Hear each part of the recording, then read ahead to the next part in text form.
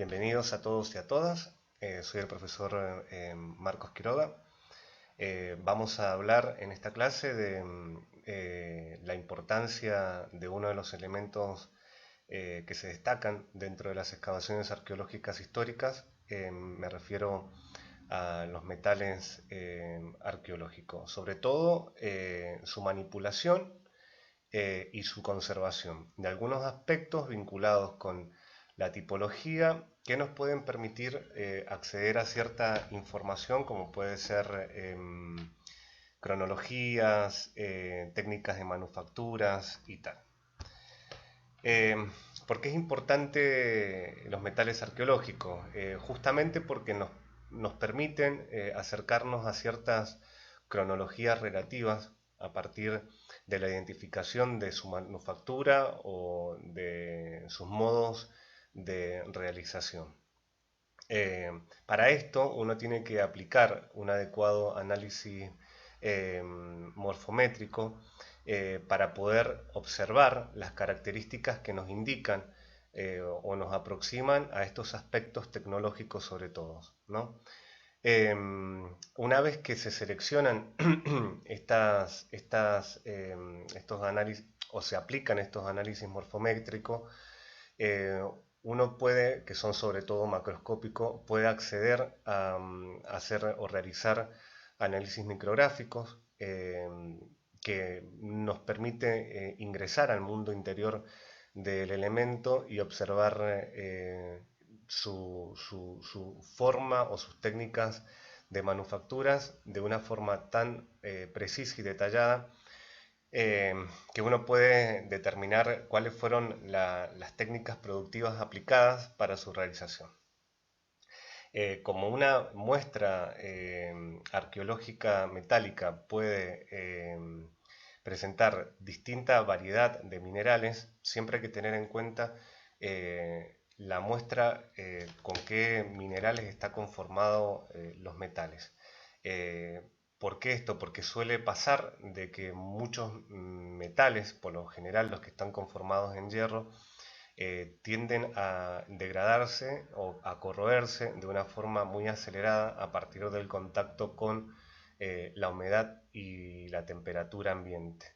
Por lo tanto, estos son los elementos más sensibles a los que hay que tener en cuenta desde el momento mismo de su recuperación. Los análisis macroscópicos. Los análisis macroscópicos hacen referencia a los aspectos visibles a ojo desnudo que presenta una pieza o un objeto. Hay distintos tipos de elementos que a partir de estos análisis nos aproximan a ciertas cronologías relativas. Y de esta forma también podemos determinar esta cronología relativa en los contextos de recuperación del elemento, salvo, bueno, remociones postdepositacionales, que eso es una evaluación que se hace del registro. Los primeros elementos de los que vamos a hablar son los clavos. Los clavos son traídos prácticamente con los españoles para toda la aplicación de esta maquinaria colonial en América Latina, ¿sí? Hay distintos tipos de clavos y cada tipo de clavo nos remite a una época de manufactura específica. Los más antiguos son los clavos forjados. Como lo dice su nombre, se forjan a partir de la forja catalana.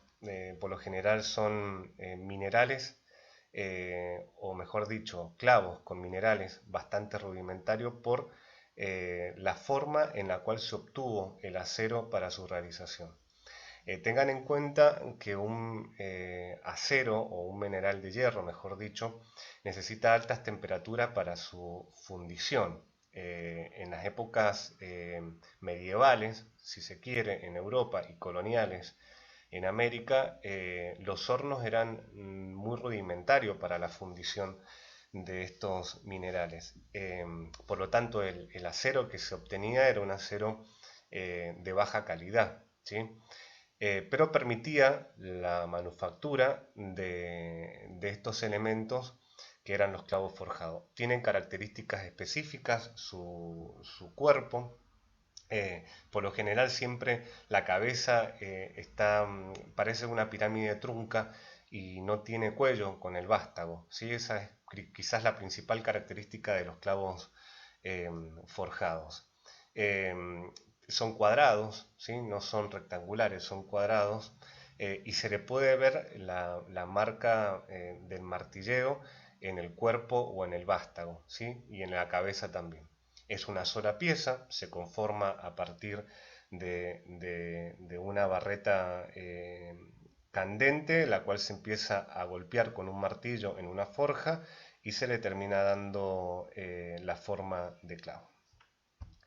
Estos elementos, por lo general, cronológicamente, siempre se lo traslada a la llegada misma de los españoles a América y se van a extender hasta el siglo XVIII, más o menos XIX, en América Latina, que son reemplazados paulatinamente por otro tipo de clavos, que son los clavos cortados europeos. Si esto de la revolución industrial empieza a generar máquinas que permiten cortar los vástagos, que son como planchones, imagínense, de acero forjado, que va a ser cortado el vástago por estas máquinas preindustrializadas. Se le agrega posteriormente la cabeza y se la termina soldando. Esta es una característica que se puede ver a ojo desnudo en estos objetos, que también nos indica qué tipo de elemento se trata. Ya acá tenemos otro tipo de acero. No es un acero como en el caso anterior de los clavos forjados, sino es un acero de mejor calidad, porque los hornos en los que se conseguía este acero se mejoran, ¿sí? Ya llega a temperaturas mucho más adecuadas para conseguir el acero pudelado, como se denomina, ¿sí? Entonces, estos clavos tienen mayor durabilidad y mayor resistencia al golpe. Son mejores que los clavos forjados. Comienzan a manufacturarse para fines del siglo XVIII y llegan masivamente a América Latina para el año 1820-1840. ¿Sí? Hay que tener en cuenta también esto de la accesibilidad de estos objetos en las colonias americanas. Se difunden mucho más rápido en Europa que en América. Pero claro, como Estados Unidos ya empieza a competir con la industria europea, van a sacar un tipo de clavo que se denomina clavo cortado norteamericano. Estos clavos están hechos completamente industrialmente, hechos completos, o sea, es un clavo que está cortado con una máquina desde la cabeza hasta la punta, ¿sí? La característica principal de estos elementos es que ya el acero que se utiliza es un acero totalmente industrializado, un acero filtrado con un elemento que se llama convertidor Bessemer, que es prácticamente el acero que se usa hoy en la industria siderúrgica.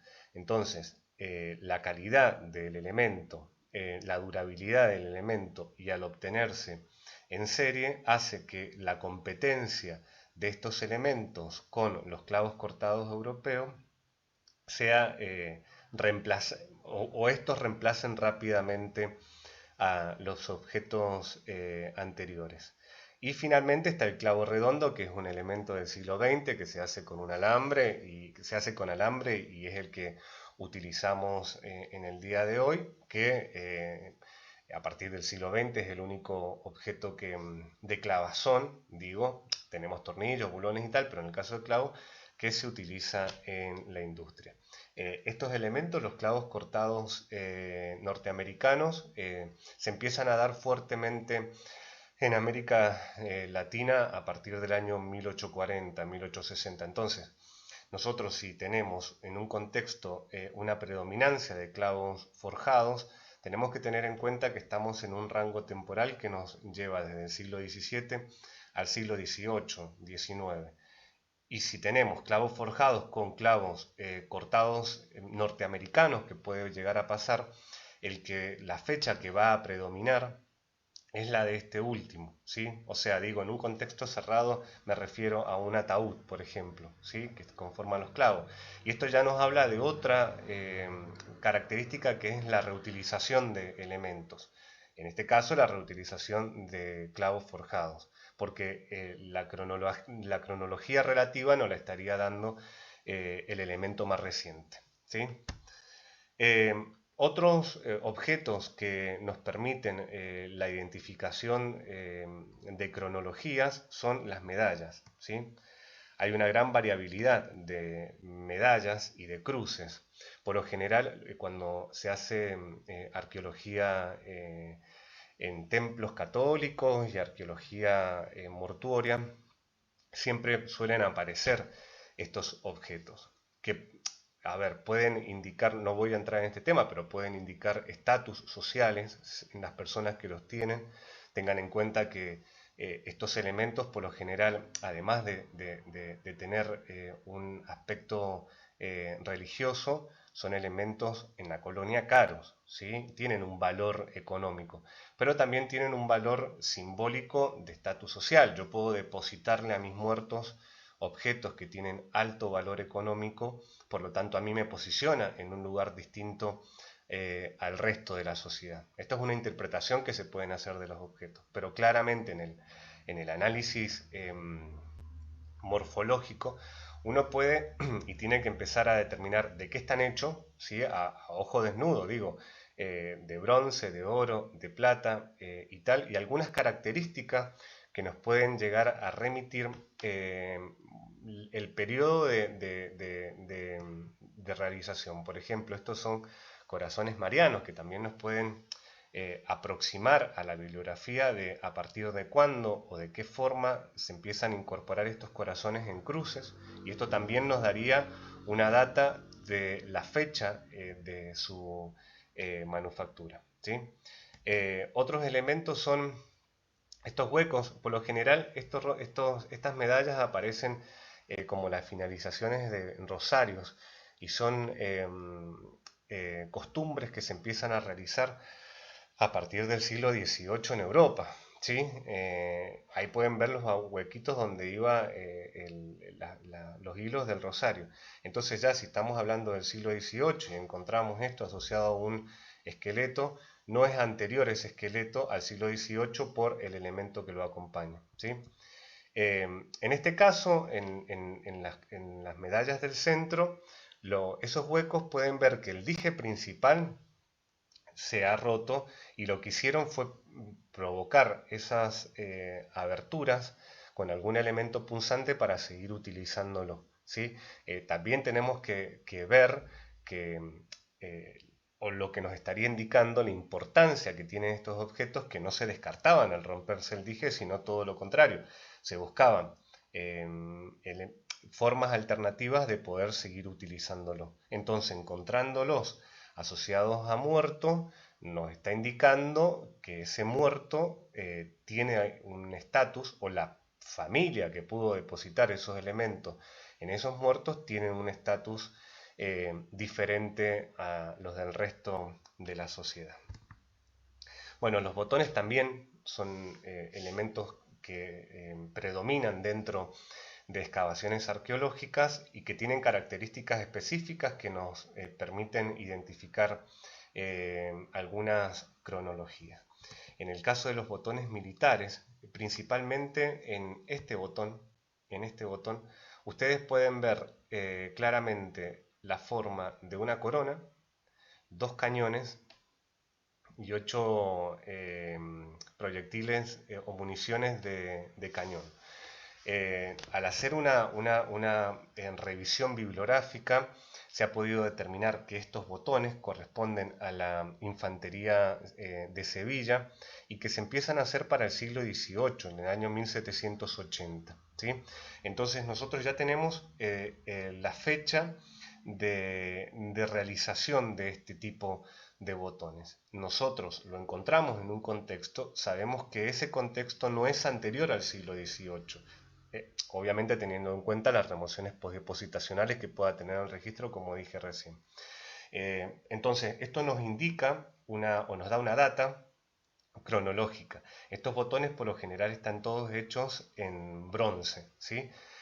O en latón, ¿sí? Ahí tenemos ya, empezamos a jugar con aleaciones, que eso nos los va a dar la micrografía, ¿sí? Cuando hagamos análisis de composiciones mineralógica, nos tira la data si es bronce, si es latón o si es cobre, y en un ratito vamos a ver las diferencias. En este caso pueden ver un ancla que tiene que ver con la Armada Mercante, y también son botones que se comienzan a hacer ese tipo de anclas a partir del siglo XIX.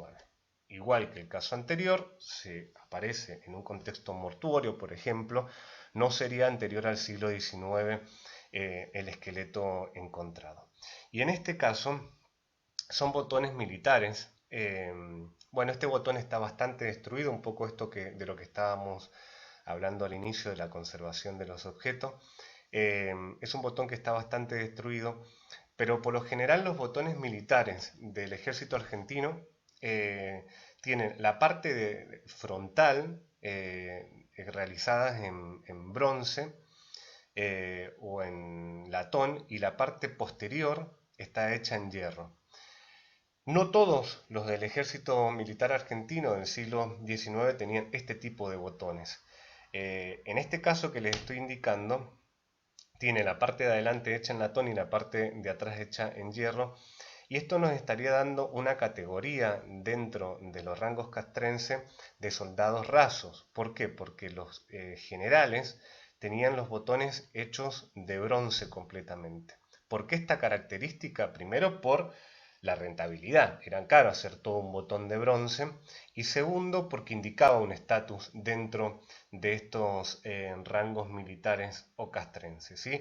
Esto también nos indica, además de un periodo, que sería el siglo XIX, nos indica un estatus dentro de los rangos militares de los ejércitos argentinos, y también se repite mucho en Chile esto, ¿sí?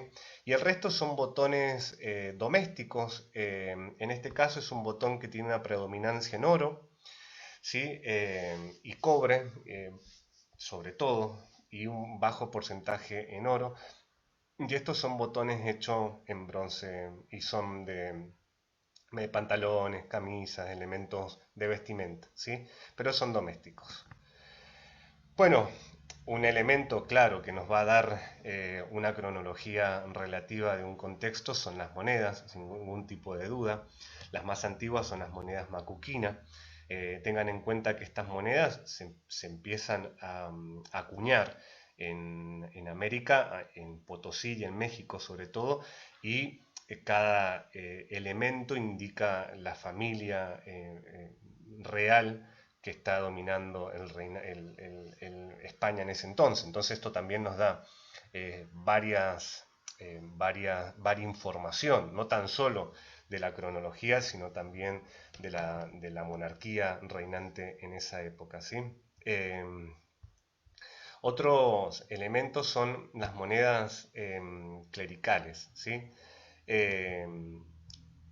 Por lo general, cuando se conmemora el aniversario de muerte o de nacimiento de un santo, algunas órdenes religiosas realizan monedas monacales. A esto me refiero que son monedas que tienen uso dentro de ciertas órdenes religiosas. En este caso, se hace referencia a una moneda. Digo moneda porque no es una medalla, porque no tiene en ninguna parte dije, ¿sí? A esto se le ha realizado análisis macroscópico y microscópico y no aparece el dije. En un lado aparece la imagen de San Agustín y en el otro lado el símbolo mariano y dice Ano 12, que puede estar recordando algún aniversario respecto a San Agustín, ¿sí? Son monedas que tienen, esta está hecha en plata, entonces tiene alto valor económico, pero por lo que dice la bibliografía era de uso clerical o interno clerical. Y aquí pueden ver una moneda española del año 1810. Son monedas que se hacían en México o en España, ¿sí? Y estas monedas han aparecido en excavaciones arqueológicas en la ciudad de Mendoza y han aclarado muchos problemas interpretativos que se ha tenido por las remociones estratigráficas o los procesos postdepositacionales que han tenido estos contextos, que enseguida les voy a indicar en las micrografías cómo se notan. Y estas son monedas del siglo XX, ¿sí? 1954 y 1983, que tengan en cuenta que nosotros manejamos rangos desde el colonialismo hasta la actualidad. Entonces, al encontrar una moneda de 1983, también a nosotros nos da un indicio de en qué momento de la historia estamos parados, ¿sí? No estamos en un periodo colonial temprano, sino en un periodo más actual. Bueno, estos elementos muchas veces o tienen problemas de corrosiones graves, o están muy gastados, o están muy corroídos y destruidos. Entonces, por lo general, se puede llegar a practicar un análisis microscópico. Tengamos en cuenta que cuando nosotros hablamos de microscopía, ya involucramos otras áreas que no tienen que ver necesariamente con la arqueología. La arqueometría involucra elementos de la ingeniería química e ingeniería mecánica, ¿sí? En el caso de los metales se puede aplicar la metalografía. La metalografía va a estudiar la estructura interna de los metales, ¿sí? Tengan en cuenta que cuando dos o más elementos químicos se funden, se fusionan, van a generar estructuras. Esas estructuras se denominan granos o cristales, ¿sí? Cuando uno lo observa metalográficamente a un elemento por dentro, puede llegar a ver esas estructuras cristalinas o esos granos cristalinos en el interior de los objetos. ¿Qué características o qué nos puede indicar una metalografía? ¿Qué nos permite ver, mejor dicho, una metalografía? Y las propiedades físicas, mecánicas y químicas que tienen los objetos. Entonces, nos puede aproximar a decir esto se hizo a tal temperatura, este objeto se hizo a tal temperatura, o este objeto se hizo en molde, este objeto se hizo por martillado, este objeto está hecho con un porcentaje de carbono y un porcentaje de hierro, ¿sí? Lo cual forma el acero, o está hecho con bronce, con cobre y estaño, ¿sí? Por ejemplo. Entonces, hay que tener en cuenta que para un estudio metalográfico se debe seleccionar muy bien la pieza porque por lo general son estudios destructivos, se destruye el objeto para poder observarlo en su interior microscópicamente. En este caso son aceros, ¿sí? Acá tenemos un acero de tipo dulce, o sea, son aceros industriales. ¿Por qué nos damos cuenta de esta característica? Ustedes pueden ver que los granos se ven perfectamente y esto es el hierro, que está muy bien fundido por la temperatura a la que ha llegado la fusión hierro-carbono, ¿sí? Entonces lo que ha dejado es muy bajo contenido en carbono, ¿sí? Esto pueden ver que es un grano o un cristal de hierro. En el caso de los aceros pudelados, que no ha llegado a una temperatura de 1500 grados Celsius el horno para poder eliminar por completo el carbono o en su casi totalidad el carbono, ustedes pueden ver que el carbono, estas manchas negras, está mucho más presente en los granos o los cristales de hierro y que no son tan claros como en el caso de aceros mucho más industriales, ¿sí? Entonces, cuando uno observa metalográficamente un acero, puede aproximarse también a la tecnología aplicada para conseguir el hierro, para poder haber formado ese objeto. Y finalmente, podemos ver estos aceros que son más o menos los utilizados por los clavos cortados norteamericanos que yo les indiqué al comienzo. Si bien son aceros muy buenos, ustedes pueden ver que la tecnología no ha llegado a la tecnología del siglo XX porque todavía se pueden ver composiciones o restos de carbono en lo que es la estructura metálica. Si bien el grano está bien conformado, aún siguen apareciendo restos de carbono que no pasa hoy en día. El acero al carbono hoy en día por lo general se utiliza en elementos o en filos o en puntas de objetos que van a estar expuestos a alta temperatura, ¿sí? El carbono es muy resistente a la temperatura, a diferencia del acero. Pero ¿qué pasa? Si tiene un objeto mucho carbono, es muy resistente, pero se quiebra muy rápidamente, ¿sí? Por eso por lo general se buscan aceros, bueno, hoy en día se buscan acero con tungstenos, hay varias aleaciones, ¿sí? Para hacerlo más resistente al acero y a su vez más dúctil. Otro de los elementos que por lo general se observan microscópicamente son los cobres, ¿sí? En este caso tenemos una dendrificación. Tengan en cuenta que bronce, cobre y estaño, cuando se empiezan se funden, ¿sí? Cuando se empiezan a enfriar, los objetos por su peso atómico van a enfriar de formas distintas. Uno va a enfriar más rápido que el otro. Entonces, lo que uno ve es que el cobre, eso que ustedes ven que es como un panal de abeja, enfrió mucho más rápido que el estaño, que enfrió más lento. ¿Sí? Esto se llama dendrificación y lo que nos está indicando es la velocidad del enfriado. O sea, yo también puedo enfriar un objeto de cobre muy rápido, de bronce muy rápido, ¿sí? Sometiéndolo a sistemas de refrigeraciones que me daría esto como si fuera una red, básicamente, no un panal de abeja, una red bien abierto. Otra característica que se pueden ver en los cobres son las maclas. ¿Qué son las maclas? Esto que ustedes ven que es como una piedra laja, ¿sí? La macla, y ahí pueden ver los granos perfectamente. Bueno, esto ha tenido otro proceso de secado, por ejemplo, ¿sí? Ha tenido un secado extremadamente lento, muy muy lento, y por eso se ve el grano de esta forma tan perfecta. Y esas líneas que ustedes observan se denomina macla porque a este objeto lo que se le ha hecho se lo ha trabajado en frío a su vez. Cada golpe o cada abrazada que se le ha dado al objeto ha generado ese estiramiento que se denomina macla. Entonces acá lo que nos está dando la imagen metalográfica es la forma en la cual se enfrió el objeto, ¿sí? Que está correctamente, esto debe ser industrial seguramente, y la forma en la que se trabajó, que en este caso fue en frío. Y finalmente tenemos las martencitas. Esto que ustedes ven acá, que es como una estrella, como si fuera una estrella, corresponde a una daga de bronce.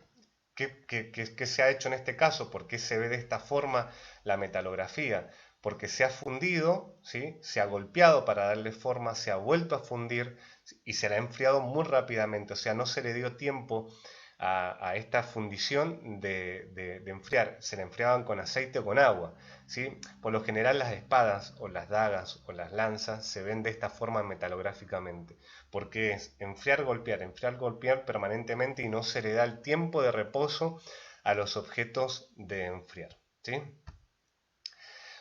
Tenemos otra micrografías a aplicar en los metales que son el SEM y el EDAX, ¿sí? Estos no son técnicas destructivas. ¿Qué no nos van a dar? No nos van a dar la estructura interna de un objeto como te la da una metalografía, pero sí te la puede llegar a aproximar, ¿sí? El SEM básicamente es micrografía de electrónico de barrido. Esto que ustedes ven cuando ven un ácaro así gigante, lo permite un SEM, porque tiene una lente y un aumento que trabaja no sé, entre 12 y 40 micrones por segundo, o sea, es una barbaridad a lo que llegan los microscopios electrónicos de barrido, ¿sí? Y el EDAX lo que te da es la composición química de los objetos a partir de un gráfico, ¿sí? Nosotros cuando tenemos una duda, por ejemplo, en una pieza que no se alcanza a ver del todo claro una fecha o una imagen, en el caso de las monedas, que nos pueda llegar a permitir saber de qué elemento se trata, se le aplica un SEM, ¿sí? En este caso ustedes pueden ver lo de abajo es la estructura interna de una metalografía que nosotros habíamos hecho en un clavo, pero empezamos a ver estos panales que únicamente se puede llegar a ver a partir de un SEM, ¿sí?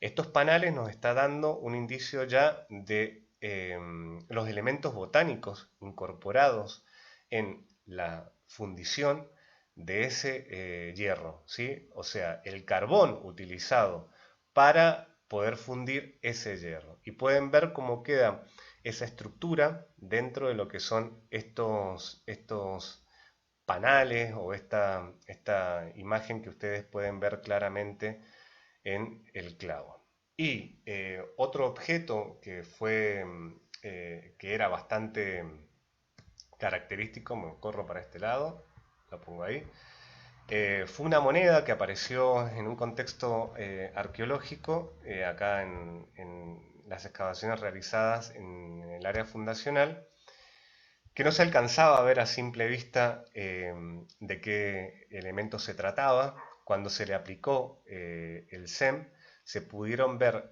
estos como si fuera un león, como si fuera un símbolo y tal. Y del otro lado se pudo ver que era una moneda del año 1802 y nos clarificó no tan solo el contexto, sino también la época en la que nosotros nos encontrábamos en ese sitio, ¿sí? Y finalmente, de esta forma se obtiene un EDAX, ¿sí? Son distintos espectros que larga la máquina y te da la composición química que tienen los objetos. Esto muchas veces nos ha permitido entender que no necesariamente en América, en periodos coloniales y sobre todo en periodos coloniales temprano, se utilizaron estándar como si se utilizaban mucho en Europa, ¿sí? Tanto porcentaje de hierro y tanto porcentaje de carbono, o tanto porcentaje de estaño y tanto de bronce, sino que se empezaban a mezclar distintos minerales para conseguir algunas piezas. Hay muchos trabajos sobre monedas falsas que se daban en América, ¿sí? Sobre todo en la zona potosiana, sobre todo en la zona de Potosí, y esto se ha podido determinar a partir de la aplicabilidad de EDAX sobre algunas monedas, que eran mayor porcentaje de cobre que de plata, ¿sí? Eso se denomina moneda falsa. Y así como eso, hay muchas aleaciones que uno piensa que son de plata u oro y tienen otros minerales que, si bien le daba la imagen de que fueran objetos de plata y de oro, en realidad estaban compuestos por minerales mucho más económicos, si se quiere, ¿sí? Y esto se puede uno aproximar a partir de el EDAX. Como les dije al principio, hay que tener en cuenta los métodos de limpieza y de conservación de estas muestras, porque si no, la muestra metálica desaparece muy rápidamente, sobre todo los elementos hechos en hierro. A ver, los elementos de metal, hierro, cobre sobre todo, cuando tienen contacto con la temperatura y la humedad, lo que tienden a hacer es volver a su estado natural, ¿sí? Volver al mineral más bruto a partir de la corrosión, ¿sí? Entonces, cuando uno encuentra un objeto, ¿cuáles pueden ser los elementos a aplicar para empezar a limpiarlo y a sacarle la corrosión? Un desoxidante, estos se venden en pinturerías por lo general, ¿sí? Estos se trabajan, va a liberar la mayor cantidad o la corrosión que tenga el objeto superficialmente, ¿sí? Y además va a permitir y va a facilitar que uno con una pinza pueda sacar con mucho cuidado los excedentes de corrosión que tengan estos objetos, ¿sí? Siempre cubriéndonos los ojos para evitar que caiga alguna esquirla a los ojos y tal, pero sí se tiene que manipular con mucho cuidado la pinza, porque puede tender a que se parta el elemento que intentamos limpiar, ¿sí? Si tuviésemos una pinza Dremel es lo mejor, porque esto trabaja es un pulidor básicamente, entonces no corremos tanto riesgo de que se destruya el objeto como en el caso de manipularlo con una pinza, que en ese caso sí nosotros podemos destruir una pieza. En el caso de una pinza Dremen, no, ¿sí? Eh, Otro sistema para aplicar de limpieza que es fundamental hoy en día y no es difícil de hacer, se hace con muy pocos elementos, es una cava electrolítica, ¿sí? La cava electrolítica trabaja por electrólisis, atrae un elemento madre, la corrosión del objeto que se intenta limpiar, ¿sí? Por lo general, al trabajar con hierro, nosotros trabajamos con aluminios o hierro que atraen muy bien la corrosión, se coloca en una solución salina, que puede ser soda cáustica o directamente con sal, y se pone un cátodo negativo y otro positivo, se enchufan en una batería en lo posible, y eso lo que va a generar va a ser una fricción eléctrica en esa solución salina que va a empezar a desprender la oxidación de un objeto, ¿sí? Y lo va a dejar bastante limpio y no va a sufrir la manipulación de un Dremel o una pinza, el riesgo de que se destruya, y a su vez no va a afectar eh, la composición del elemento, llegado el caso que se le quiera aplicar una micrografía posteriormente. Finalmente, cuando se tiene el objeto limpio, si se quiere conservar y evitar que se siga destruyendo posteriormente, por lo general se puede pasarle paraloy, esto se prepara con acetona, y se le aplica a la pieza a conservar, siempre y cuando esa pieza no se la vaya a analizar microscópicamente, porque el paraloid sí puede llegar a dejar residuos, que en el caso de los SEM esos residuos se notan, y en el caso de una metalografía también afecta la observación. Y ni hablar en un EDAX porque te va a dar cualquier resultado, ¿sí? Entonces, estos son los elementos de conservación y de limpieza que hay que tener en cuenta en las muestras metálicas. Por lo tanto, como bien vengo diciendo, a toda muestra metálica se le debe aplicar protocolos de conservación, ¿sí? Hay que evitar que por lo general el metal tenga contacto con lugares húmedos y la luz solar directa. Eh, Todos los elementos deberían ser analizados macroscópicamente y catalogados o siglados. De esta forma, por lo general siempre se le ha tendido a dar eh, poca prioridad o relevancia a los elementos metálicos, y son elementos que tienen una durabilidad baja dentro de lo que son las muestras arqueológicas por los problemas de conservación. Entonces serían uno de los primeros elementos a los cuales hay que tener en cuenta cuando se empiezan los análisis posterior a una recuperación o a una campaña, porque si no se le aplican protocolos de conservación muy rápido se pierde una muestra completa. Entonces, catalogándolo con un número de sigla en una base de datos, se tiene esa información de ese objeto, llegado al caso que por miles de cuestiones posteriores pueda llegar a desaparecer un objeto, se tiene referencia fotográfica y las características morfológicas de los objetos metálicos recuperados.